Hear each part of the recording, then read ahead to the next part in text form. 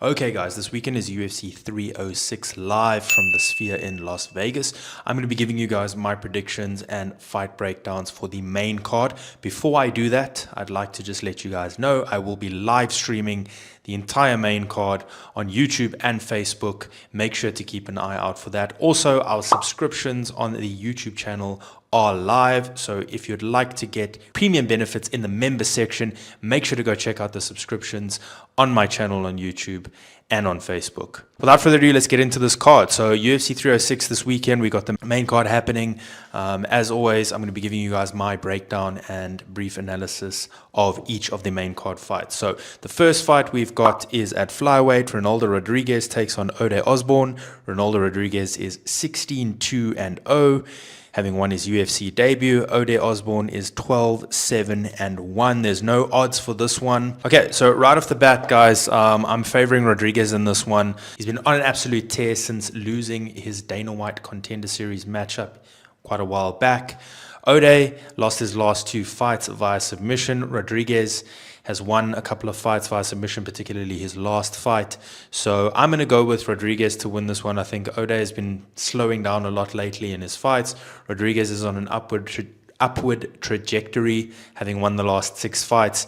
And I'm going to go with a round 2 or round 3 submission for Rodriguez late in round 2 / early in round 3. Up next at lightweight, we have an absolute banger in my opinion. Very, very close fight, I think this is going to be. It's Daniel Zalhuba, 15-1-0 on a 3-fight win streak versus Esteban Rebovic's 13-1-0 coming off a head kick win versus Terrence McKinney. For me, Esteban Rebovic has been super impressive. Really, really young fighter. Lost his first fight in the UFC, maybe was a little bit overwhelmed with everything, but since then come back and had some good wins. I think Zalhuba has had some good wins as well. I think particularly the Prado win was a really, really good win for him. He is the favorite. He's minus 225, I think he is, yeah, and Rebovix is plus 185 underdog. And I know a lot of people are picking Zalhuba for this one. I think because of particularly his Prado fight. Prado is very similar to Rebovic's, probably better. A lot of people saying Rebovic's is not as tested as Zalhuba. It's his fight to lose, honestly, Zalhuba. But I like Rebovic's a lot, man. I think he's a really, really good fighter. I think he's got a huge, huge future. Really, really young. Zalhuba probably will win this fight, but I'm going to go with Rebovic's to win by decision. If you want a safer option, you go Zalhuba by decision. I think this is going to be a very close fight, but I'm going to pull for Rebovic's to get the so-called upset in this one. Up next at featherweight, we've got Brian Ortega taking on Diego Lopez. This is also going to be a banger one way or the other. Ortega is 16-3-1. Lopez is 25-6, coming off a 4-fight win streak. Ortega was super, super impressive against Yair Rodriguez. So obviously in the first fight, the shoulder injury for Ortega comes back, submits Yair Rodriguez, which was completely unexpected. I didn't think he was going to do that. Lopez has had some really good wins, like I say, a 4-fight win streak. All the momentum is with him, and the bookies are favoring him. He's a minus 175 favorite. Ortega plus 145 underdog.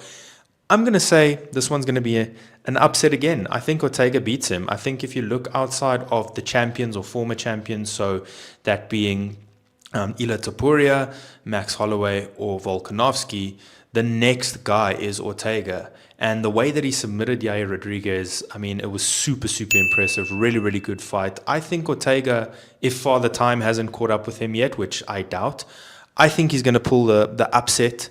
And in any event, I think if you look at these two fighters, they're very similar, but Ortega is just a bigger, better version of Diego Lopez. So I know everything seems to be in Diego Lopez's favor, but I'm going to pick Ortega. I'm pretty surprised actually that the odds are the way that they are, that Ortega is a 145 underdog, Lopez a minus 175 favorite, because I honestly see everything pretty much pointing in Ortega's favor, unless Lopez can hit him with some good shots and finish him. But again, never say never, but I think I'm going to go for a second round sub for Ortega. If he doesn't get the sub and Lopez is able to withstand that, then probably a decision, a very dominant decision, I feel. But yeah, Ortega for me all day. Then we get to one of the title fights on this card. Really, really intriguing matchup. One of my favorite fighters, not just female fighters of all time, Valentina Shevchenko taking on Alexa Grasso. This is the third time in a row that they will be fighting each other. Alexa Grasso having won the first fight, which a lot of people called a fluke or said Valentina Shevchenko made a mistake, and that's the only reason why Grasso won. They then had an immediate rematch. It was a split draw, actually, but a lot of people got to see the evolution of Grasso in this fight, in that second fight, where she not only felt like she belonged, but sort of started to feel like maybe she was better than Shevchenko. And a lot of people had it either way. I mean, it is a draw, but in this fight, well, actually, before I get to that, let me just give you the stats, sorry. So Grasso is a minus 112, is at minus 112. Valentina Shevchenko is minus 108, so very, really a pick'em fight. Grasso 16-3-1, hasn't lost in 5 years. Shevchenko 23-4-1. Outside of the Grasso loss, hasn't lost in 7 years. So for me, as I mentioned before, that second fight really, really a career-defining moment for Grasso, in my opinion. I think it's a shift in her mindset where she feels like she not only belongs, but has maybe surpassed where Shevchenko is. I think also in the fact that Grasso's 31, Shevchenko's 36. Shevchenko probably towards the tail end of her career, as good as she still is. Grasso is starting to climb up and really enter her prime. So I would love Shevchenko to win this. I would love for her to get her title back. Yes, I know that means there's a fourth fight, maybe even a fifth fight after that, which I'm not for anything past the trilogy. But I just can't shake the fact that I think Grasso's confidence is sky high. She's fighting in front of, on the Noche card. She's Mexican. I think she takes this one again. And I think, you get people that just happen to be your kryptonite. And possibly Grasso now, call it fluke, whatever you want in that first fight, she could be Valentina Shevchenko's kryptonite. That being said, though, Shevchenko always seems to find a way to win. Really, really smart fighter. Really, really good at putting together good game plans. So she could win, and I really, really do want her to win. But something just tells me that I think Grasso, if you look at the age, you look at where she's going to the peak of her career, really, and the confidence she gained in that second fight, I think she takes it by decision, possibly a split decision, but probably going to end up being a unanimous decision. So Grasso for me, unfortunately. Very big fan of Shevchenko. Grasso's taking this one. Then we get to the main event. Sugar Sean O'Malley taking on Merab Dvalishvili. This one as well is a bit of a pick'em fight, according to the odds makers. I'll give you my opinion in a second, of course. Sean O'Malley 18-1-1, Merab 17-4. Sean O'Malley minus 118, Merab minus 102. This is Sean O'Malley's second title defense. Merab actually is on a 10-fight win streak, which is pretty crazy, obviously having destroyed Henry Cejudo in the previous fight. Now, for me, this is all going to come down to how well Merab is able to not only take O'Malley down, but keep him down. I think that's Merab's key to victory.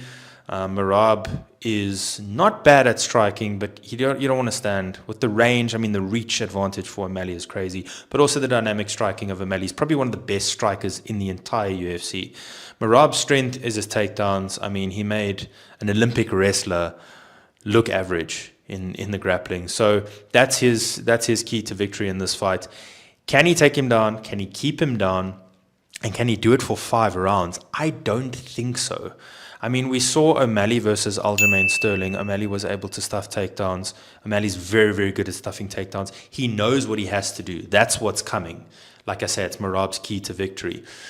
Aljo, for me, and all consensus in that team, is the better of the two between him and Merab. Now, you look at what O'Malley did to Aljo.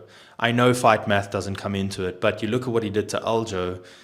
I don't know how much of a chance I give Merab. I like Merab. I really, really like Merab, but I also like O'Malley. I'm a very big fan of O'Malley. So this one's also, again, it's a hard fight to watch, and it's very cool to watch because They're coming up against each other really in their primes. Also, I want to know how much of an effect the staph infection or the rumored staph infection, and for me, it is a staph infection. You can see I've had a staph infection before. That's all the signs of a staph infection. So he's going to be on antibiotics, most likely. He's going to probably feel drained, even though you don't always feel drained on antibiotics. I think it's going to have an effect on Merab. I think at the best of times, he's going to struggle to beat O'Malley. But now you look at like him possibly being drained from the staph infection. I think it just all plays in O'Malley's favor. Not making any excuses for Merab, but I don't think he's going to be able to take O'Malley down enough and keep him down enough to impose his will in this fight. I think O'Malley ends up stuffing his takedowns, deflating his will, and eventually getting a knockout or a TKO. Now, Merab is tough, so Merab might be able to actually last the full 5 rounds, but I don't see it going past the 4th at best. O'Malley winning by TKO for me, probably in around about late second, let's call it late 3rd round, I think. So O'Malley winning that one for me by TKO, and getting his 2nd title defense. So let me know what you guys think.